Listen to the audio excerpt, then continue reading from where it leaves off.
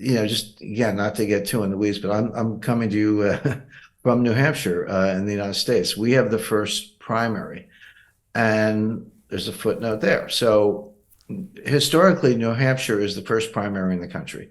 It's a bellwether. It's where Eugene McCarthy, by the way, in 1968, he did not win the New Hampshire primary, but he got way more votes than anyone thought. And that led immediately to Lyndon Johnson withdrawing from the race. And then RFK jumped in. But that was the sequence. McCarthy didn't win the New Hampshire primary, but he got like 40% of the vote against a sitting president. That was a shock. Who running for a second term? That was a shock. So, so that's kind of the reputation of New Hampshire. Now, what happened in 2020? Biden finished 5th in the New Hampshire primary. 5th. He slumped out of town. He was written off by the media. Okay, he's done. Let's look at Elizabeth Warren, Bernie Sanders, Amy Klobuchar. They were the people who finished ahead of Biden in the New Hampshire primary. What happened next? Well, the next primary is South Carolina, which is about 50-50 Republican-Democrat. But if you take the 50% Democrat, that's about 80% African-American. And their boss, their leader, is James Clyburn, who was the number 3 ranking Democrat in the House in the Nancy Pelosi days. And he was going to steer that whole state to Biden because the Democrats were scared to death that Bernie Sanders was going to be the nominee, and he was ahead at that point. So we got to flip this to Biden. We don't want Elizabeth Warren; she's nuts. So, but they had to get everyone else out of the way. So the phone calls were made. What happened the day or two before the South Carolina primary? Amy Klobuchar dropped out. Pete Buttigieg dropped out. I think Elizabeth Warren hung on for a few more days, but then she dropped out. Clyburn delivers the South Carolina Democrats to Biden. Biden wins the South Carolina primary after finishing 5th in New Hampshire. And the rest is history. He goes, and Sanders dropped out a few weeks later, and Biden becomes the nominee. I just want to alert everyone to an important video that you've just recorded that will not be available to the public. Here, you discuss the upcoming geopolitical shockwave of what you call the most significant development in international finance since 1971. But then you explain how anyone can position themselves to profit from this crisis. Our viewers can access that video at londonreal.tv/Jim, and I highly recommend that everyone go watch that immediately after our conversation. So about 6 or 7 months ago, the Democratic National Committee says, well, we're going to change the primary calendar. We're going to say South Carolina goes first. Oh, no kidding. So that's a slam dunk for Biden. They don't want Biden to run in New Hampshire because he's like a sitting president running for re-election. And he might not win, or at least he might be Lyndon Johnson win, but not by enough votes.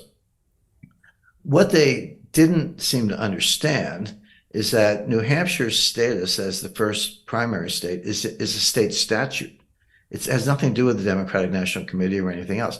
And again, here in New Hampshire, we have a Republican governor, and both houses of the state legislature are Republican controlled. So they're kind of looking at the DNC. We don't care what you say. We're going to have our primary when we have it. Now, if your guy doesn't want to run, that's up to him. But RFK Jr. says, I'm getting to the point here. RFK Jr. has said, I'm definitely running in the New Hampshire primary. My path to the nomination starts in New Hampshire.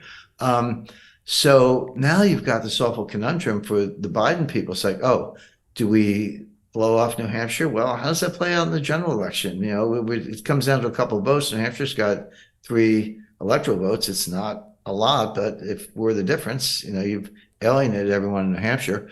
How does that look? If you're running for president, you won't run in a primary. So RFK Jr. could win the New Hampshire primary. And by the way, he's polling about 35%, like the Gene McCarthy level in 1968. That's not 3%, which all these other Republicans are, because Trump's dominating. Yeah. RFK's polling around 35%. And if Biden doesn't run, then RFK wins the New Hampshire primary. I defy the U.S. corrupt media to ignore that. I mean, they might try, but then they're just lackeys of the DNC. So it's going to be a crazy year. And I would start there. Hey, do you want to profit from crypto? Then join my DeFi Academy. The Crypto DeFi Academy will help you create generational wealth. But don't take my word for it. Listen to my students. When I first got into crypto, I remember thinking to myself, I need to learn more. Brian Rose, learning crypto, learning DeFi. Gotta do it. I am so grateful that I jumped in and did this. I had to break through some limiting beliefs that I can do this, that I can afford this, that I can be in this. It challenges the things that are deeply rooted within us. Joining DeFi Academy has been one of the best decisions I have made on my blockchain journey. This course was a life changer, a game changer, a huge eye-opener, coming from knowing practically nothing at the speed of the learning over 4 weeks was just fantastic. The information you provided in this class was invaluable. I feel far more confident in my next steps. You took complex concepts and made them easier to understand. What's different than so many other ones is it just doesn't tell you what to do. It actually makes you do it. This is for people who are serious about becoming traders. This is the way it should be done. I realized from this learning experience again that it is not about what you learn, but about who you learn it from. The energy was insane. I've never experienced such incredible energy on a live call. Brian Rose, you are a legend, my friend. It's the only thing in the market where you can get all information and learn everything what you need to know. Everything is so clear and so well done, and I am just forever grateful for this program. It made me feel so much more confident about crypto than I did before. I did not anticipate how passionate I was going to become about it. It's also been like a big learning experience for me, not just in the crypto space, but just in overall balance of life. What I've learned is, how to take ownership, of my life in a way that I really hadn't before. Yeah, you can't put a price on that, really. I would recommend it to anybody, top notch. Excellence does not come cheap. So if you want excellence, you got to pay for it, but it's so worth it. Pull the trigger. That's what this course is about. You're not going to regret it, really. It's amazing. Thank you, Brian and team. So what are you waiting for? Crypto is happening now.